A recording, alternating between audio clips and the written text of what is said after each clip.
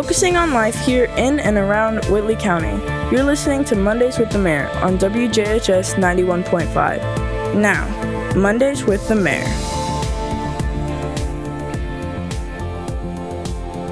WJHS 91.5. Oh, wow! Mondays with the Mayor. We have not done this in a very long time over the summer. I am super pumped for it. I know Glaza is. So let's get the introductions out of the way. In this view, you heard me say Mr. Jordan Glaza, the station manager for WJHS FM. Teacher with Columbia City High School as well. I always forget that one. And the mayor is in the studio today. Hello, everybody. It's going to be a good show. I can feel Happy it. Monday. More importantly, though, to break this out instantly, we have a celebrity Oh, jeez. in the studio. Mr. Mayor. Yes. You were on Wayne 15. Yes. Over the U.S. Route 30 Highway to Interstate project. Right. It was a very short article. They had a very short interview with you. But I know that we haven't talked about it in a while. And since you're asking for community support, I think it'd be great for the community to hear directly from you what you're asking. What is this now? Yeah. So we have been fighting. Oh, no, not fighting. We have been advocating for many years now that we have the state of Indiana who controls US 30. We have been advocating for them to improve, upgrade, use your terminology. But at the end of the day, what we want is a safer, more traversable, if you will, US 30 through Columbia City, through Whitley County, and certainly across northern Indiana. So I participate as a part of the US 30 Coalition, which is made up of 7 different counties across the northern part of the state that US 30 runs through, going from Allen all the way over to Porter County, basically Valparaiso. And we've been advocating for multiple years now that INDOT needs to take, Indiana Department of Transportation needs to take an active role in improving and enhancing US 30 for the safety of our residents, the safety of drivers, and certainly for the economic progress of northern Indiana. And so we had it must have been a very slow news day because one of the news crews came over from Fort Wayne and did an interview because I had posted on my social media page, Mayor Ryan L. Daniel, check me out on Facebook, shameless plug. I posted on there that the state is asking and requesting information from residents and businesses. Right. For people who have an interest in US 30. And you can also sign up for details because they are going through what's known as a PEL study, a PEL study. They have named it ProPEL. Man. ProPEL. It's, geez. US 30. I said it was going to be a good show. I'm sorry. Yes. I'm sorry. Yeah, I'm sorry. So PEL, PEL. ProPEL, okay. Yes, ProPEL. But so PEL, a PEL study is a planning and environmental linkage study. Right. So safety, improvement, flow. Exactly. So they're looking at route. They're looking at what changes need to happen. They're looking at environmental concerns, all those kind of things as a building block for what the future of US 30 could be.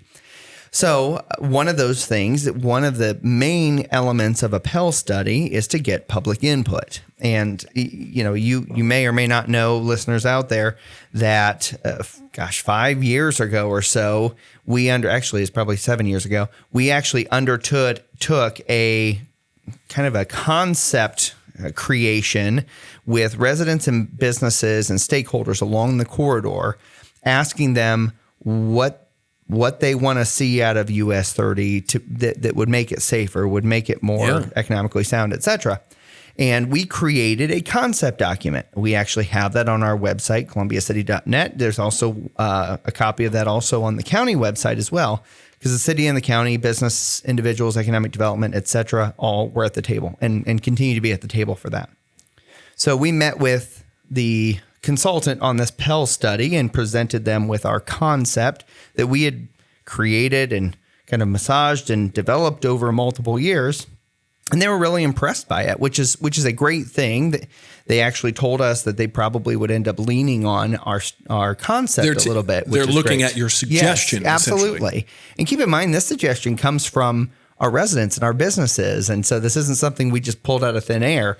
The idea and the concept is to stay on the current US 30 route and develop interchanges along the way so we don't have what they call at-grade intersections.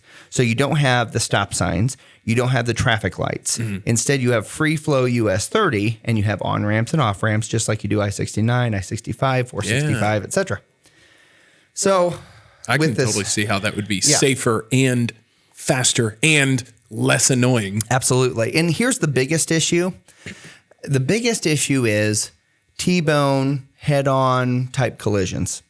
And what on-ramps and off-ramps do is it creates a lot more side swipes and a lot more A lot less boom and a lot more like, oh, shoot. Exactly. Okay. Accidents that are not as life-threatening. And here's the crazy thing about this. This idea, this concept was actually thought about and considered by the Blue Ribbon Panel under Governor Mike Pence. And what that Blue Ribbon Panel said is if they do this improvement, the traffic count on US 30 will go from an average of 30,000 vehicles a day, which is what we have now, to 80,000 vehicles a day in 20 years. What that could mean to us economically is so far and above anything else that we could do by ourselves. Right. We're building roads beyond Absolutely. what we're capable of, so we don't have to build them when we're all congested. Well, yeah. When we're all build it now. Build it now. And purely for the sake of how many visitors are we going to get going to be driving through our community in 20 years from now or 20 years from whenever they build it. Yeah. The amount of people going through, the amount of workforce that could be here, the amount of industry and commercial development and things like that. And don't get me wrong, we need to have a measured approach to growth, but the economic engine of our community is certainly US 30. Certainly it is. Yeah. You see SDI on there. You see our commercial district on there. You see, 80/20. You see these big companies along the way. Sweetwater over in Allen County. They need supplies. 30's a great hard Exactly. And it connects our state and in Ohio to Illinois and to Chicago and other things like that. So we need better traffic to Ohio from right here. Right. That's what that's one of the things. The mayor of Columbia City, you heard it here first, wants more easy access to Ohio. So to put it humorously, News 15 noticed that you're part of a gang of Highway 30. Yes. Using Propel to make a suggestion to more than double what currently we can get through Highway 30, one of the lifebloods of our community. Yeah. And you're being an advocate for the next generation to come. Yes. Well as keeping it safe for T-bones. Sure. I'm sure insurance will get, they'll love that. Well, and again, first and foremost is the safety of our residents. But the economic development piece on top of that is nothing to sneeze at. It really is something that is much bigger and broader. And improving and developing US 30 will truly be good for everybody throughout northern and even central Indiana, for that matter. Okay. So as a citizen, I love that this is happening. How can I also be involved, share my information? What is the next step for Joe Schmo? Yes. Me. So I would encourage residents who have a passion about US 30 or even want to just give their input to go to propelus30.com.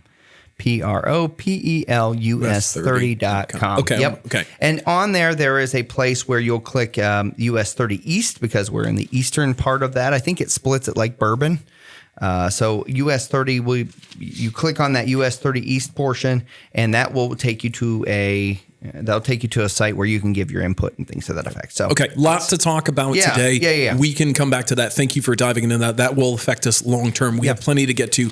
Host John Peters, I don't know if he introduced himself earlier, of course I did. Senior here at Columbia City High School, kind of running the show, has questions all lined out on his little yellow notepad that he's become famous for. Take it away, John.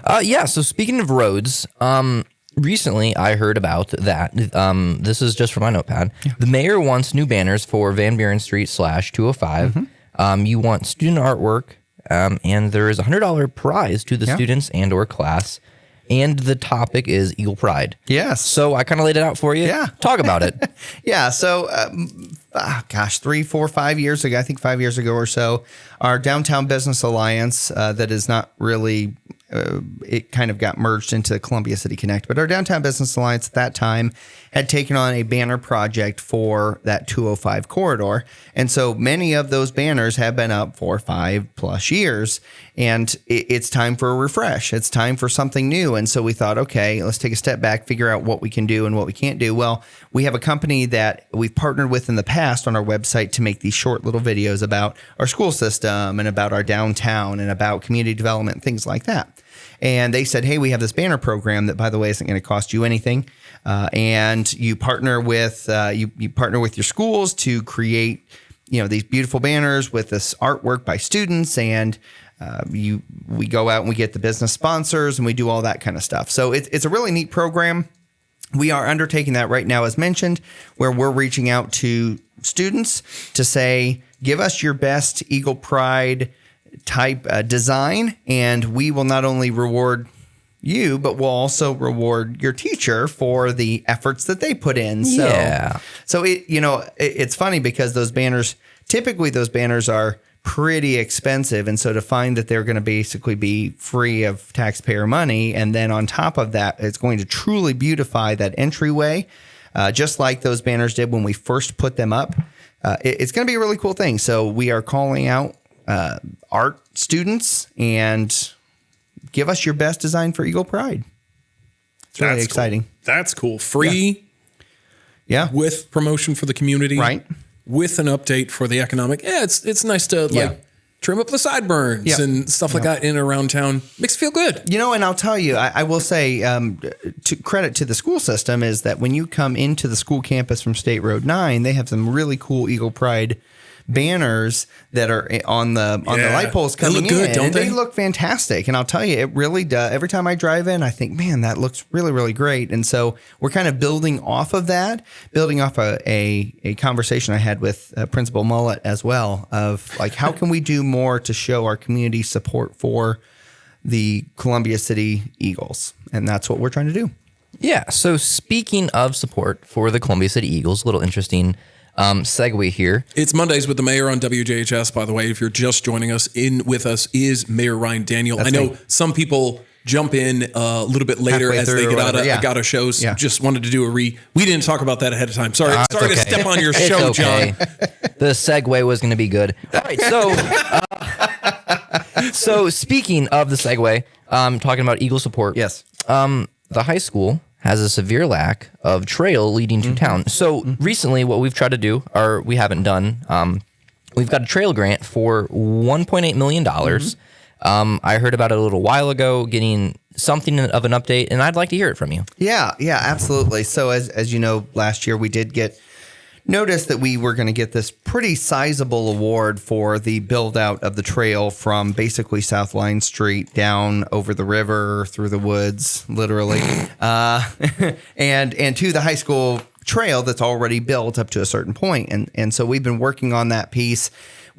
There's, with every grant, there's certain steps you have to take in a certain order. And so once we were awarded, we immediately started doing the kind of final engineering of the project. We're anticipating construction probably 23 into 24, which I know is not what people want. It's not what I want, but it is a scenario where the checks and guidelines, if you will, along the way kind of necessitate that. But I am excited that we are finally going to be putting a trail and connecting it to the school property out here and give access to not only students that may be walking to school, but also individuals who may want to come out and catch a baseball, softball game, a musical, whatever. They can just walk down the trail and get to the high school property and walk back home. Get some access, Absolutely. Enjoy the nice weather out. Yep. Whether it's walking or biking or whatever, it truly is going to be a nice trail, and it's going to be something that really does connect this campus to the rest of the community. Especially the last couple of weeks or so, it has finally felt like fall. Yeah. I know it seems very quickly that we've went from air conditioner off to now like, oh, where's my sweater?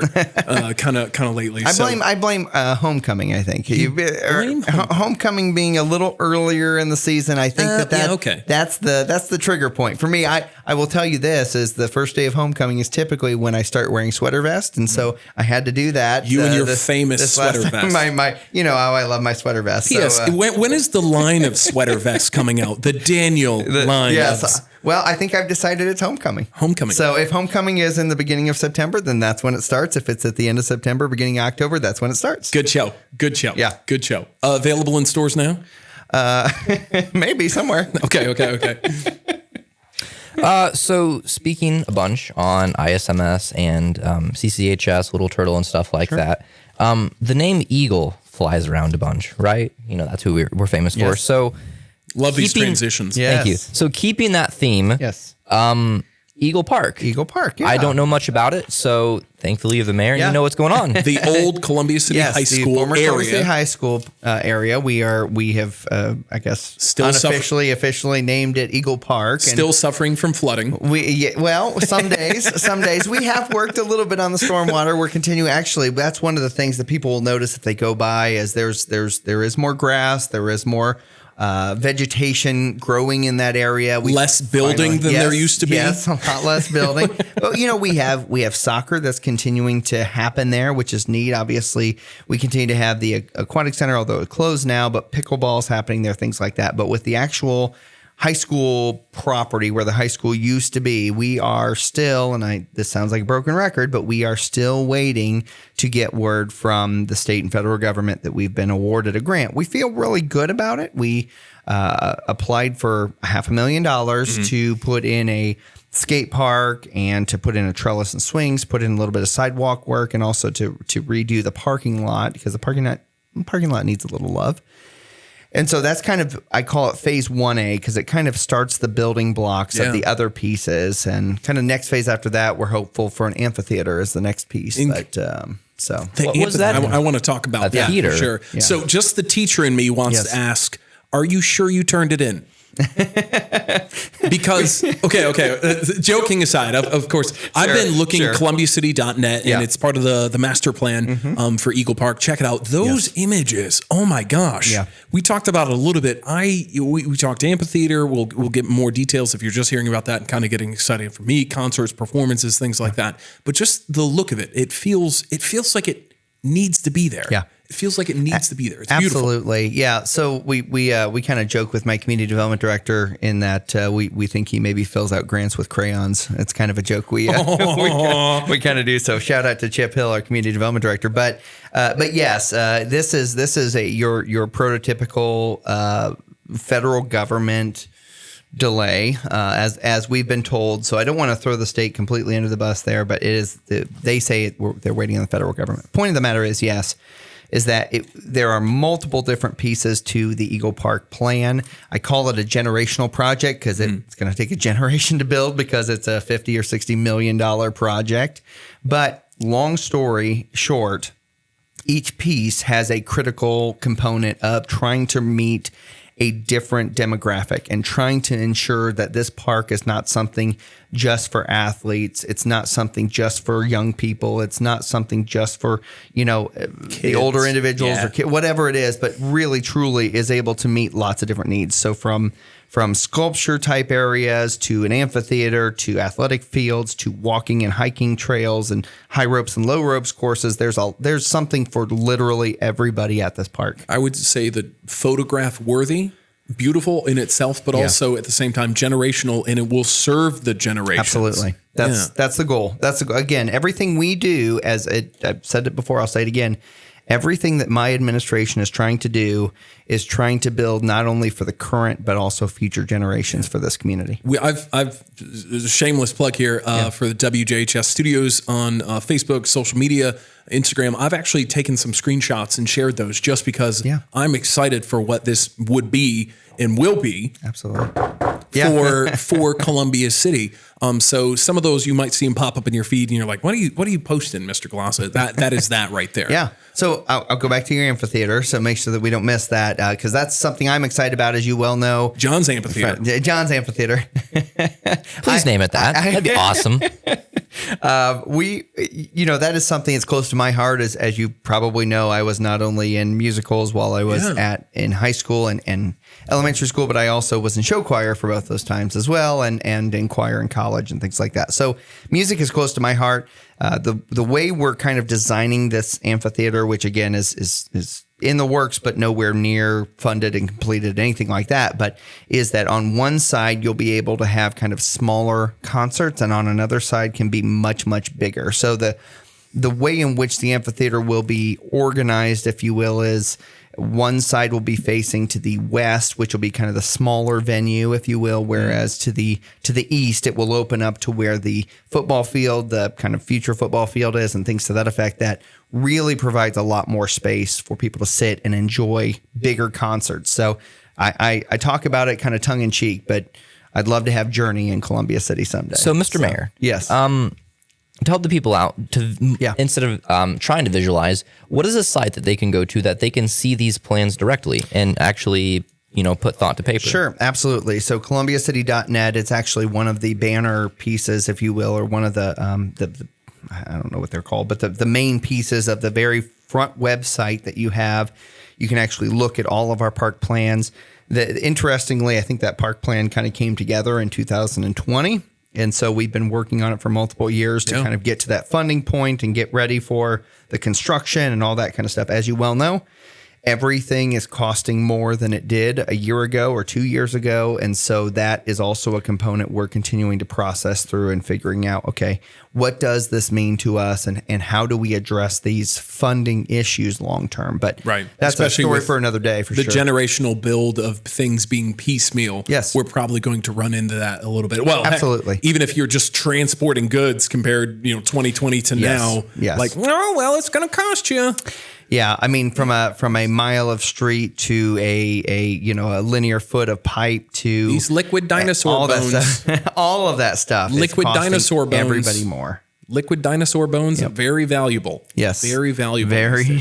I don't know why we're so jokey today. I enjoy it, but I think long term, you that's maybe something that you don't have to necessarily address in a lot of this size of projects, though.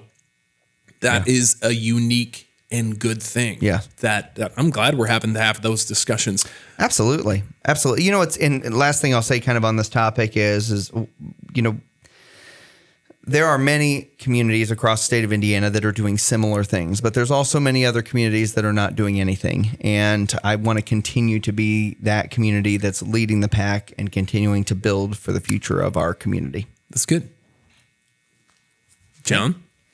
My list is empty. So we have 8 minutes, Mr. Mayor. Why don't you ramble about something? Well, no, don't ramble. I know one thing that's close to both of your hearts is fiber. So I probably should give an update of where we're at with that. So we are internet. Fiber, yes, thank you. Fiber internet, Surf Internet continues to install in our neighborhoods. They continue to turn on different portions of the community. I think we're somewhere around maybe a third or so complete, meaning that there's about a third of our residents, I believe, that are hooked on at this point. The construction will continue into next year, but we are in general getting really good comments and thoughts and things like that from individuals in the community about what they're experiencing.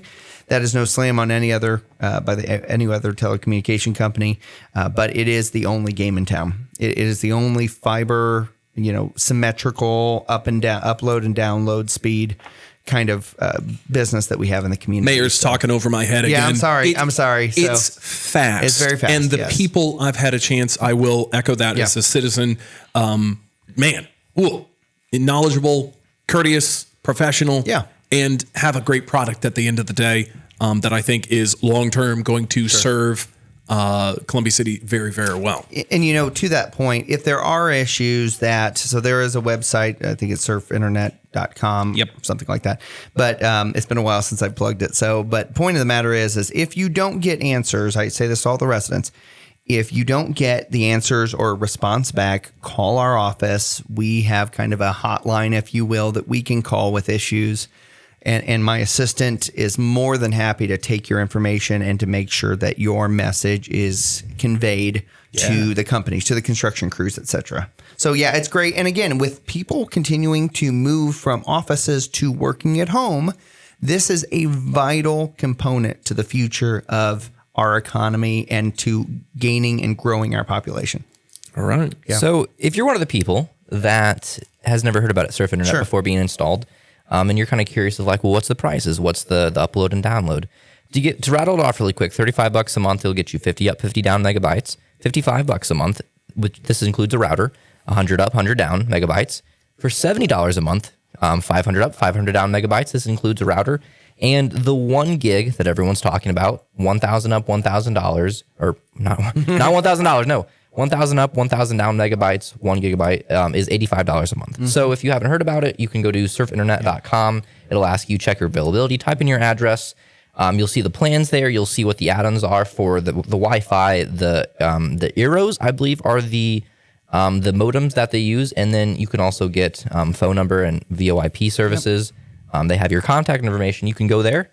Type in your name. They'll give you a call, email, text, whatever you prefer. Yeah. So you can find more information. That, of course, great for our community. Of course, this is not an endorsement, but just more so informational for Surf's Internet's behalf. Because every resident is being impacted in some way, whether they see the construction crews around or whether they're digging in the city's right of way, if you will, or easements or things like that. People are impacted. That way. We are at a really like gnawing at the bit kind of moment in Columbia City. It's just like, all right, let's do this. Let's do this. I think there are moments in time where we have to choose to be bold. And the reason why we choose to be bold is because we want to be better tomorrow than we were today. And so that's why we keep doing what we're doing. And again, I mean, there's lots of other projects happening, obviously. Maybe hit on one of those, which is Westgate, the first phase of the Westgate construction. That's on the far west side of the city. That is going to be wrapped up basically by the end of this month. End of this month. Heck yeah. Maybe going into October a little bit, but in general, going to be wrapped up here very shortly. We never thought we'd get there either. Well, that's only phase one, but you're right. I mean, that is, again, we rely heavily on grant dollars across the board because we just don't have the dollars to do these kind of projects without grants. And so we're thankful to the Indiana Department of Transportation for their Community Crossings grant to get this project done for sure. Heck yeah. All right. Well, this is WJHS's Monday with the Mayor. If you were just joining in, sorry, you missed it. But if you're listening to it right now, you can find it on YouTube, WJHS Studios on YouTube. You will find Mondays with the Mayor.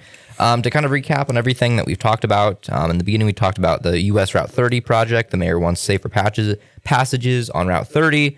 The counties affected, Allen, Whitley, Kosciuszko, Marshall, Stark, Porter. Those are the 6 counties, and correct? LaPorte. Yes.